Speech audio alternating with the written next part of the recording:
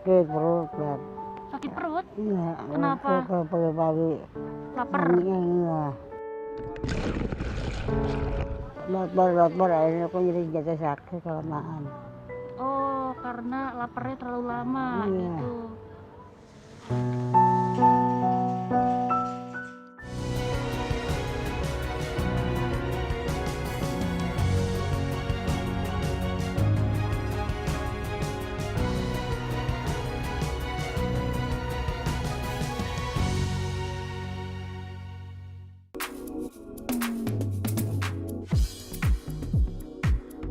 Jakarta, tempat jutaan orang mengadu nasib dan menggapai mimpi. Tak semuanya berhasil. Seperti yang bisa ditemui di balik megahnya gedung Stadion Olahraga Bertaraf Internasional di Tanjung Priok, Jakarta Utara.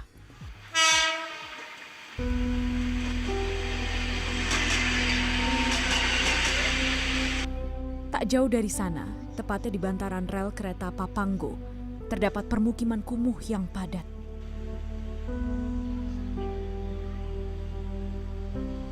Dan di antara deretan bangunan yang tak layak huni itu, tinggallah Sene. Sudah berbulan-bulan perempuan tua itu hanya bisa meringkuk di kamar yang sangat sederhana. Sakit di sekujur tubuhnya membuat Sene tak bisa bergerak banyak.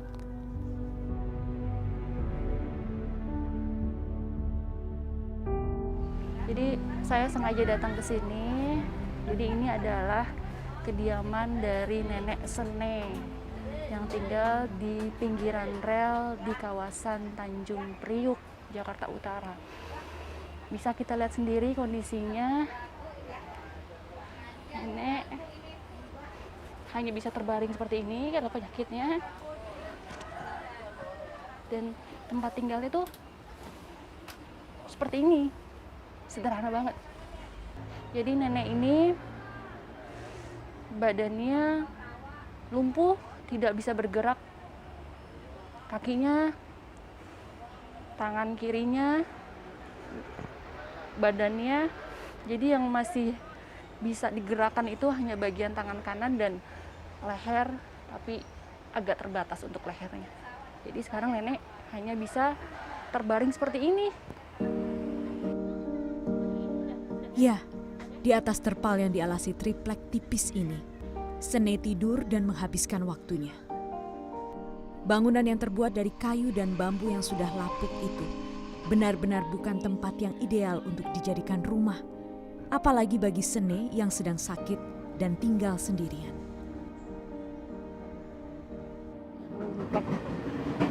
Berbalik dong. Suara kereta kenceng banget.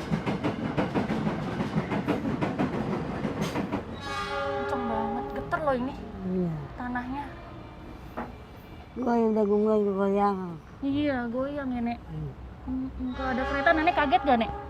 Enggak lah kamu. Enggak, udah biasa, Nek. Biasa. Nenek, mana yang Nenek rasakan sakit, Nek? Yang mana yang sakit? Kaki, tangan. Tangan. Terus, kepala sakit. Iya, banyak sakit. Badannya sakit juga. Iya. Pusing. Kenapa, Nek? Kepala sakit. Iya, menurukan. Sakit juga ininya. Kayak pusing gitu? Iya. Oh, kayak pusing. Kalau pagi kan lapar. Sakit perut kan. Sakit perut? Iya. Kenapa? Kalau pagi-pagi. Lapar? Iya. Oh, Pagi diantar pulang sama anak. Jadi akhirnya kan lapar akhirnya aku jadi jatuh sakit kelamaan. oh, karena laparnya terlalu lama Iya. gitu.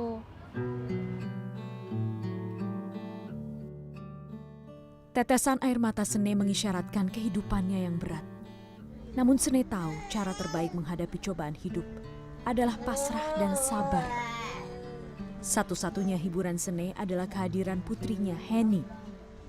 Meskipun sebenarnya kehidupan anak perempuannya itu juga tak kalah susahnya. 11 tahun terakhir, Heni, suaminya Baron, dan 3 anaknya tinggal bersebelahan dengan Sene. Tentu, tinggal di bantaran rel kereta api bukanlah mimpi mereka. Tempat itu bahkan sangat tak layak untuk ditinggali dan berbahaya. Namun mereka tak punya pilihan lain. Bisingnya suara kereta dan hempasan angin kencang ketika kereta melintas menjadi hal yang biasa mereka rasakan setiap hari.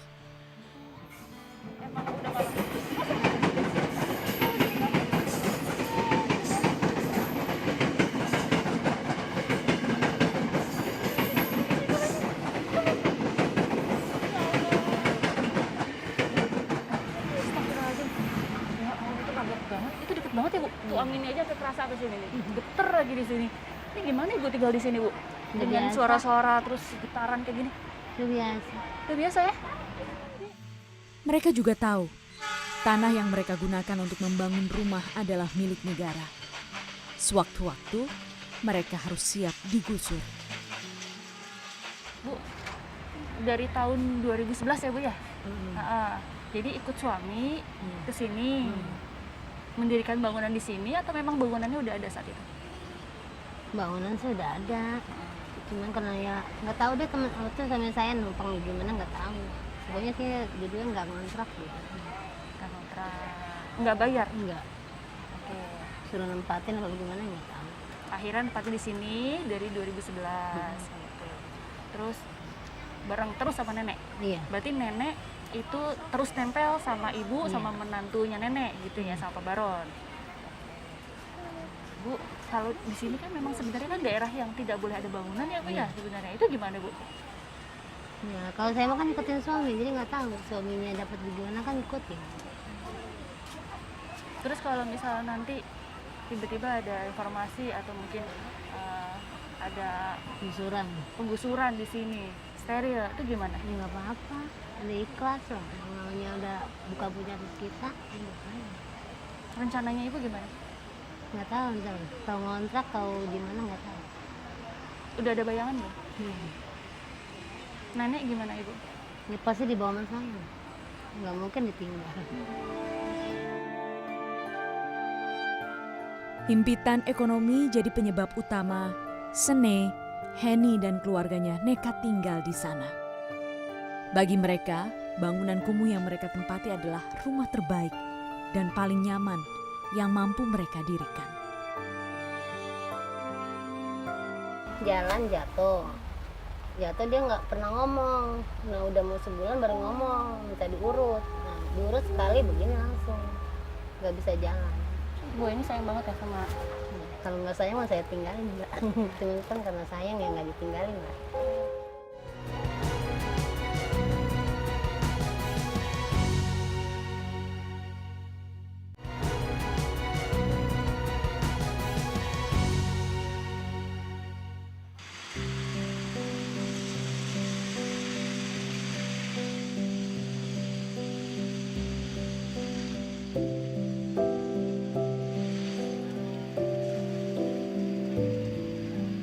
Pagi itu Heni ingin memandikan ibunya.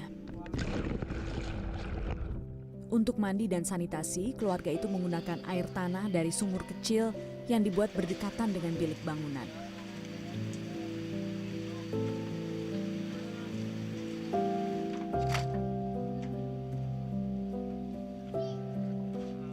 Di bilik Sene tidak ada kamar mandi. Semua aktivitas mulai dari tidur, makan, mandi hingga buang air dilakukan di ruangan yang sama. Dengan penuh kesabaran, Heni membersihkan tubuh ibunya. Bilasan air dingin membuat tubuh Sene menggigil. Karena harus membersihkan lantai terpal yang juga digunakan Sene untuk tidur, tubuh Sene harus dipindahkan. Setiap kali rutinitas itu dilakukan, Sene selalu merintih kesakitan. Jelas, penyakit yang dideritanya bukan penyakit ringan. Udah ada lah mau setahun, 6 bulan lebih. Awalnya gimana? Pas lagi akhirnya tiba-tiba langsung drop Dia atau gimana? jalan jatuh dia nggak pernah ngomong. Nah udah mau sebulan baru ngomong minta diurut. Nah diurut sekali begini langsung nggak bisa jalan. Tapi Bu ini sayang banget ya sama. Kalau nggak sayang mah saya tinggalin Mbak. Cuman kan karena sayang ya nggak ditinggalin Mbak. Hingga saat ini Sene belum pernah berobat ke dokter. Alasannya tak ada uang. Meski mempunyai kartu Indonesia Sehat, Sene dan Heni tak punya biaya untuk menyewa mobil. Selain itu, Heni juga harus bisa membagi waktu karena saat ini anaknya yang paling kecil baru berusia 5 bulan dan tidak bisa ditinggal.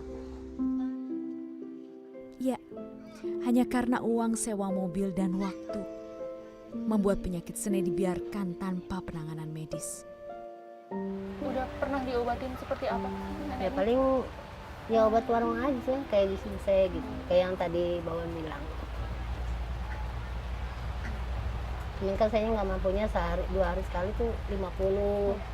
Saya nggak, suami saya tahu sendiri keadaan dapat uangnya ya kadang 20, 30 nggak tentu.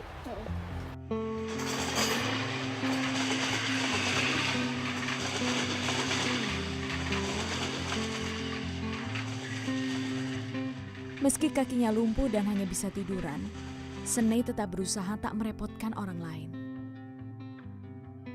Setidaknya ketika makan, Sene selalu ingin makan sendiri. Jadi nenek ini makannya memang agak sulit karena memang kondisi fisiknya agak kurang memungkinkan untuk bisa makan seperti orang pada umumnya gitu. Cuman kalau Bu Heni ataupun orang lain untuk nyuapin tuh neneknya nggak mau. Enaknya makan sendiri ya, Nek. Suapin sama saya ya, Nek? Mau? Nggak mau.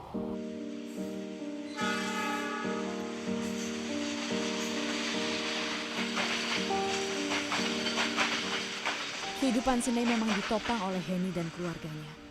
Padahal suami Heni hanyalah bekerja sebagai kuli serabutan. Seperti hari itu, demi mendapatkan uang, Baron mengumpulkan pasir. Ini namanya harus keringet-keringetan dulu supaya bisa punya uang. Wow. Iya. Pak, jadi memang Pak Baron ini dapetin uang ini dari bongkaran truk pasir yang tidak terjual ya Pak ya sama pabrik. Terus Pak Baron ambil, kerupin, lalu diayak lagi dan akhirnya dijual. Tapi belum tentu truk pasirnya itu datang setiap hari dan belum tentu juga ada pembeli yang mau datang setiap hari membeli. Jadi memang butuh tenaga, sabar untuk bisa punya uang. Ya Pak? Iya. Jangan harus panas-panasan kayak gini. Tanjung Priok panas banget, ya Allah. Ya, demi keluarganya, Baron rela bersimbah peluh. Baron tahu, jika ia tak bekerja, anak, istri, dan mertuanya tidak bisa makan. Penghasilan yang didapat Baron memang tak sebanding dengan kerja berat yang dilakukannya. Namun Baron tetap bersyukur. Paling tidak, ia dapat menghidupi keluarganya, meski dengan sangat sederhana.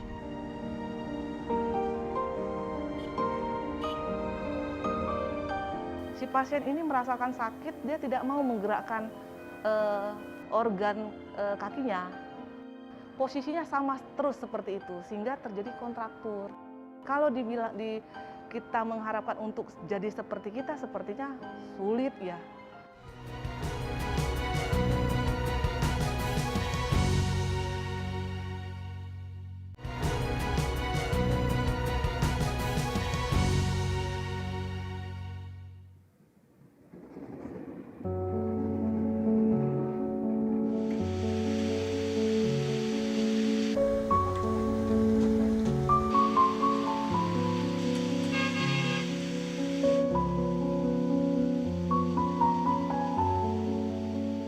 Khawatir akan kondisi kesehatan Sene yang makin parah, kami dari tim Berbuat Baik memutuskan untuk membawa Sene ke rumah sakit. Karena Sene tidak bisa bergerak sama sekali, tubuh Sene harus digendong untuk bisa keluar rumah. Proses itu dilakukan dengan sangat hati-hati. Salah menyentuh saja bisa membuat Sene kesakitan.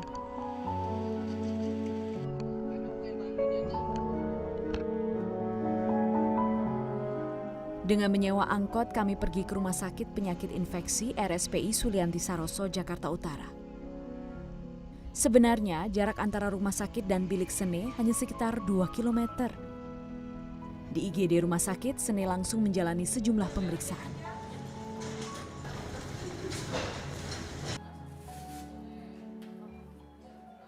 Apanya nih yang sakit nih Ibu?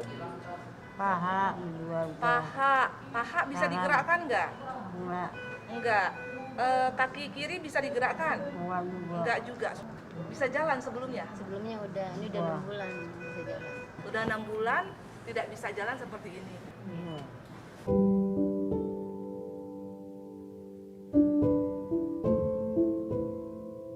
Sene juga menjalani pemeriksaan ronsen untuk mengetahui kondisi bagian dalam tubuhnya. Hasil ronsennya terjadi itu sebenarnya tidak kelihatan patah ya, cuman sudah terjadi kontraktur di hip kanan. Itu mungkin pada saat 4 bulan 6 bulan dia jatuh ya, dari info dari keluarganya tidak segera dibawa ke rumah sakit, tidak ada penanganan, didiamkan. Nah, si pasien ini merasakan sakit, dia tidak mau menggerakkan organ kakinya. Posisinya sama terus seperti itu, sehingga terjadi kontraktur. Kalau kita mengharapkan untuk jadi seperti kita, sepertinya sulit ya untuk seperti normal, seperti kaki seperti semula. Tapi itu akan di handle nanti oleh dokter ortopedi, rehabilitasi medik. Nah, nanti kita bisa lihat nanti perbaikannya apa dari penanganan mereka. Sebenarnya dokter meminta Sene untuk dirawat, namun Heni memutuskan membawa kembali Sene pulang. Alasannya ia tak sanggup menanggung biaya lain, meski biaya pengobatan ditanggung pemerintah. Ya, butuh waktu serta kesabaran penuh untuk memulihkan kembali kesehatan Sene. Dengan kondisi yang serba terbatas, ikhtiar itu harus dilakukan dengan tabah dan ikhlas.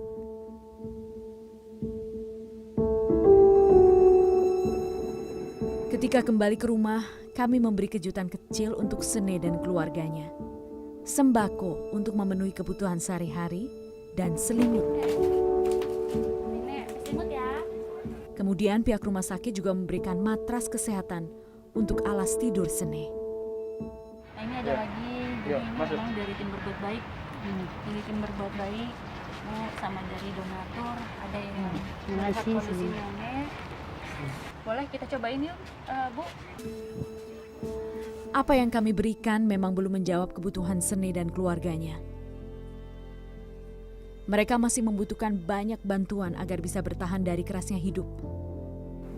Jadi maukah Anda, sahabat-sahabat berhati baik, mau berbuat baik untuk mereka?